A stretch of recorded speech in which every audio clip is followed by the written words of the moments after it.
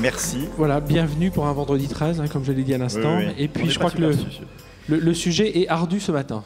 Oui, ça oui. En fait, Frédéric a été sympathique pour vous tous. C'est-à-dire qu'il m'a donné un sujet de philosophie pour un vendredi 13 à 9h30. Et je vais vous le dire d'ailleurs, puisque ça vous rappellera vos jours de bac. L'entreprise sociale, comment réinventer l'entreprise moderne pour créer de la valeur partagée tout en favorisant les conditions économiques et sociales de son écosystème.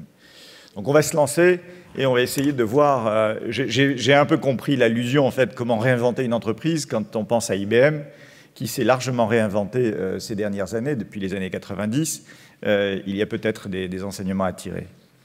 Mais je voudrais vraiment commencer par une anecdote. J'étais arrivé aux États-Unis en début 2008 et mon premier rendez-vous avec un président d'entreprise était une très grande entreprise, je ne vais pas citer le nom ici. Ce n'est pas Best Buy, mais donc vous comprendrez qui est cette entreprise.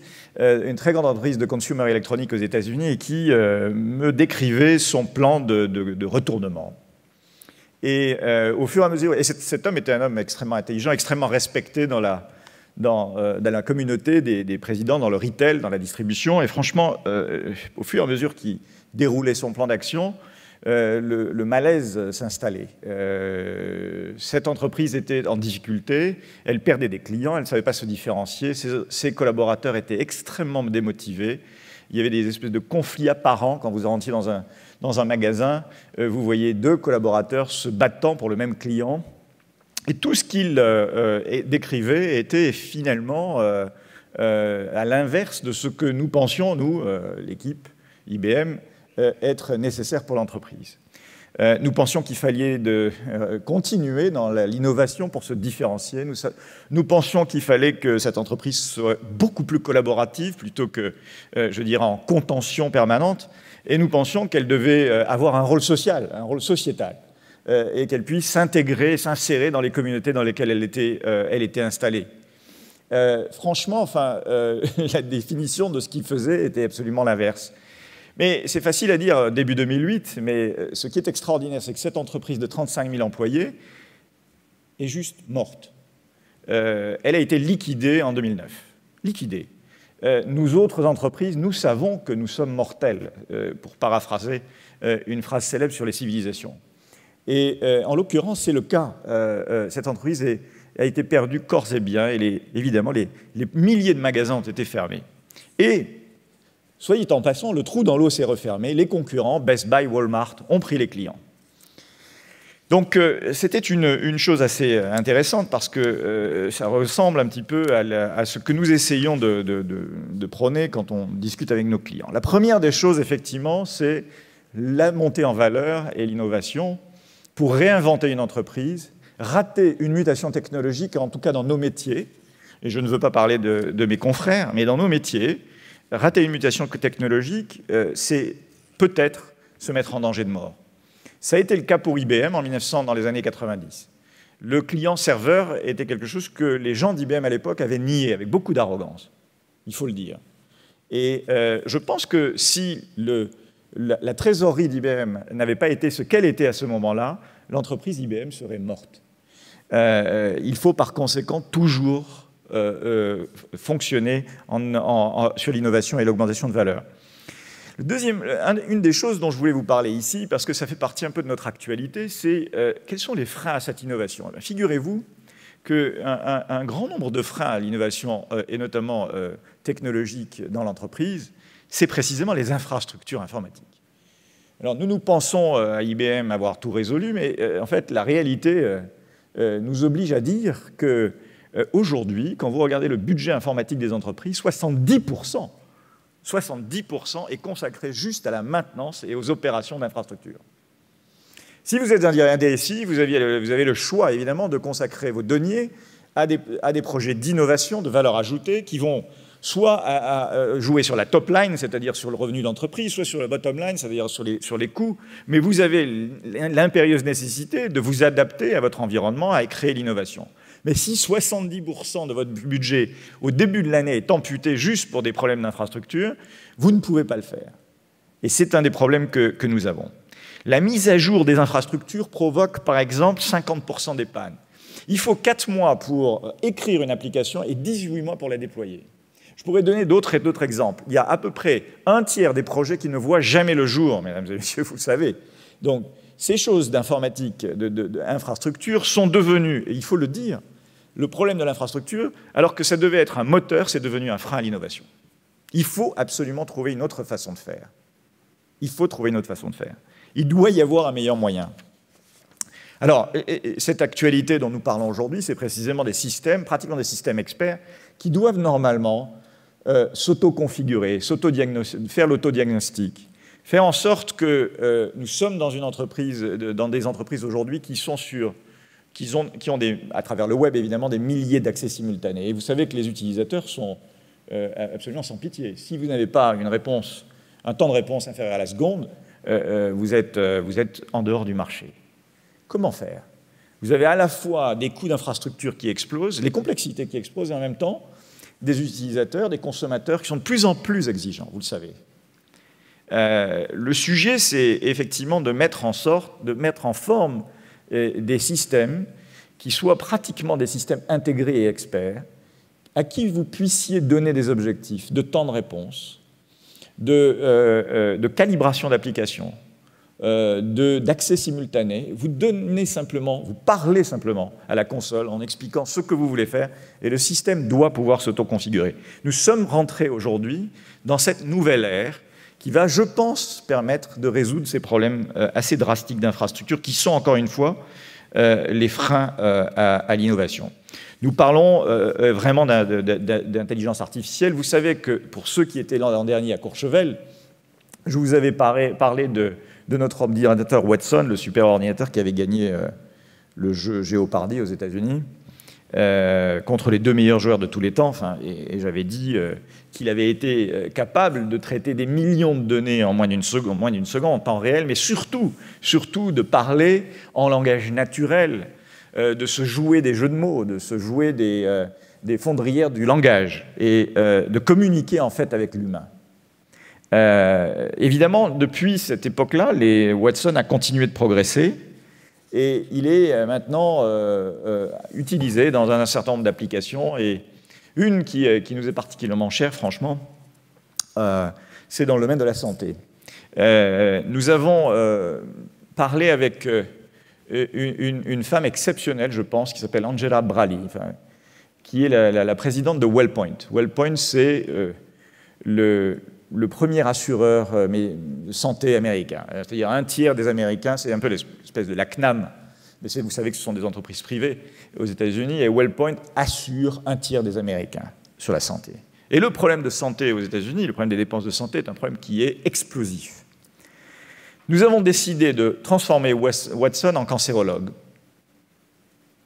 C'est-à-dire de faire en sorte que, au lieu de lui faire apprendre toutes sortes de choses pour lui permettre de gagner le jeu Jeopardy, de le spécialiser en cancérologie, et même plus précisément dans un certain nombre de domaines de cancérologie. C'est comme si vous aviez 5000 cancérologues constamment apprenant dans une machine. Mais le plus intéressant, bien entendu, ce n'est pas de remplacer le médecin. Bien entendu, on n'irait pas jusque-là. Le plus intéressant, c'est de mettre ce Watson sur un cloud et de permettre à beaucoup d'hôpitaux dans le pays, dans tout le pays, voire même dans le monde, d'accéder à ces diagnostics ou à ces suggestions de traitement et d'être certain que, en tout cas, les meilleures connaissances seront utilisées.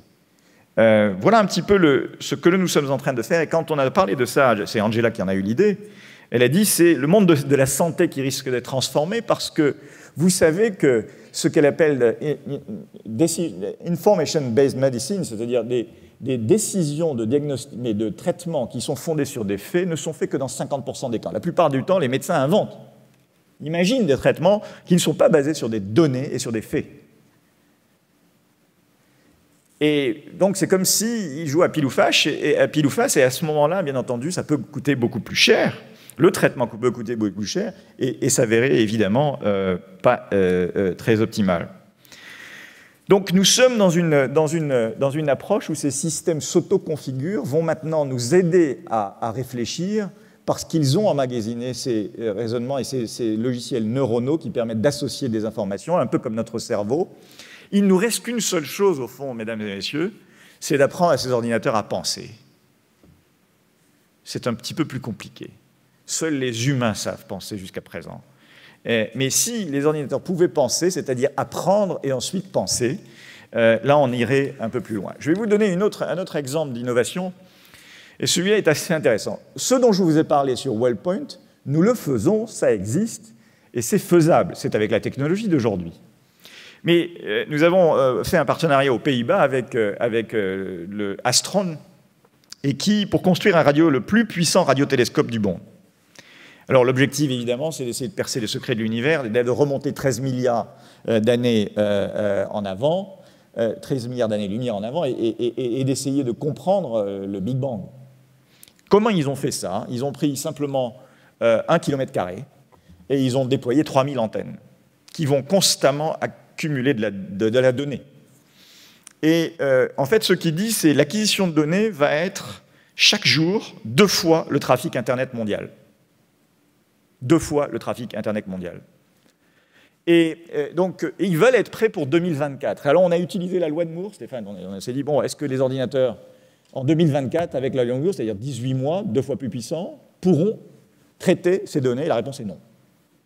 Donc, nous nous sommes lancés dans un projet d'analyse de données avec des ordinateurs qui n'existent pas encore et dont on ne sait pas encore si en 2024, on sera capable de les faire. Voilà un petit peu le sujet, et pourtant le défi a été relevé, et il est clair que c'est un sujet qui nous aide, parce que quand on a ce genre de projet d'innovation dans une entreprise, évidemment tout le reste en est poussé, je dirais, et motivé. Ça crée une espèce de, je dirais non seulement une espèce, mais vraiment une fierté d'appartenance. L'innovation comme évidemment une création de valeur pour l'entreprise, mais aussi une création de valeur et de fierté d'appartenance pour les collaborateurs de l'entreprise. Deuxième chose, c'est, vous savez, IBM a une...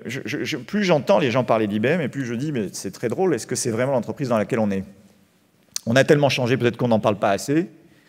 Cette idée que, sur les réseaux sociaux, vous vouliez véhiculer une image de vous-même, et que vous soyez totalement différent à l'intérieur de votre entreprise, est quelque chose d'absolument absolument aberrant. Et une des choses que l'on a pu constater quand je vous parle d'innovation et de unleash innovation, disent les Américains, c'est-à-dire de maximiser ou de laisser partir l'innovation, c'est vraiment d'avoir un fonctionnement réellement collaboratif. Le deuxième point, ce qui a beaucoup manqué à cette entreprise d'électronique américaine, de distribution, c'est le côté collaboratif. Et je crois qu'il est absolument illusoire de pouvoir réussir sans avoir vraiment une entreprise qui soit totalement décloisonnée et collaborative. D'ailleurs, vous ne pouvez pas recruter les meilleurs talents, surtout ceux de la génération Y, c'est impossible. Ils n'ont une seule valeur, c'est la compétence, absolument pas le niveau hiérarchique, et vous le savez. Ils se fichent de ce que vous soyez un vice-président ou un general manager. L'important, c'est est-ce que vous savez et est-ce que vous apportez une valeur ajoutée quand vous donnez une idée. Et ce fonctionnement de réseau en collaboratif, évidemment, est assez intéressant. D'abord, premièrement, dans les vrais projets. Dans les vrais projets que l'on fait, qui sont des projets, par exemple, l'exemple que je voulais vous donner, c'était l'efficacité énergétique des bâtiments. Bon, c'est un sujet qui est assez important aujourd'hui. Évidemment, vous allez travailler avec une multiplicité d'acteurs, les architectes, les constructions, les règles environnementales, les lois dans ce pays sont assez nombreuses. Il y a des lois locales, nationales, européennes. Et à Montpellier, nous avons fait ça avec plusieurs industriels et des chercheurs, et avec l'université Languedoc-Roussillon. C'est un espèce de réseau collaboratif qui s'est mis en place, extra-entreprise, évidemment, puisque c'est un réseau social, extra-entreprise. Et ce réseau-là, ce réseau virtuel, cette équipe virtuelle-là, elle a gagné le projet Rider. C'est un réseau dont on est extrêmement fier à Montpellier. On est en train de jouer la même chose à Lyon. Dans le Grand Lyon, le président du Grand Lyon, M. Collomb, nous a demandé de faire un prédicteur de trafic. Mais attention, pas un prédicteur de trafic comme on en a aujourd'hui, c'est-à-dire basé sur des données qui sont historiques. Parce que les données historiques, c'est bien, mais c'est historique. C'est-à-dire que vous avez quand même une faible probabilité de prévoir qu'un camion va tomber en panne sur telle route, à un moment donné. Et donc, nous allons le faire avec de véritables capteurs qui sont aujourd'hui sur la ville. Nous allons déployer d'autres. Et nous allons avoir deux façons. Une pour le citoyen, un prédicteur de trafic à 1 heure, un autre un peu plus sophistiqué pour les usagers, les professionnels, ceux qui font par exemple les livraisons, les taxis. Et nous allons le faire par exemple pour les livraisons avec Renault Trucks. Et pour le citoyen, ça sera déployé avec Veolia. Vous voyez encore une fois, Orange, Veolia, Cisco, Renault Trucks, IBM. Encore une fois, un écosystème extrêmement compliqué, extrêmement fluide, pour résoudre un problème extrêmement compliqué. C'est aujourd'hui, je pense, un formidable moyen, les réseaux sociaux d'entreprise. Parlons-en. Alors, je sais on en parlera tout à l'heure avec l'Obs des réseaux sociaux. Moi, je pense qu'il a été considérable. Je voulais juste vous dire, le réseau social d'entreprise à IBM, par exemple, on est 425 000. Bon, on est beaucoup. C'est très problématique d'être 425 000, si vous y réfléchissez.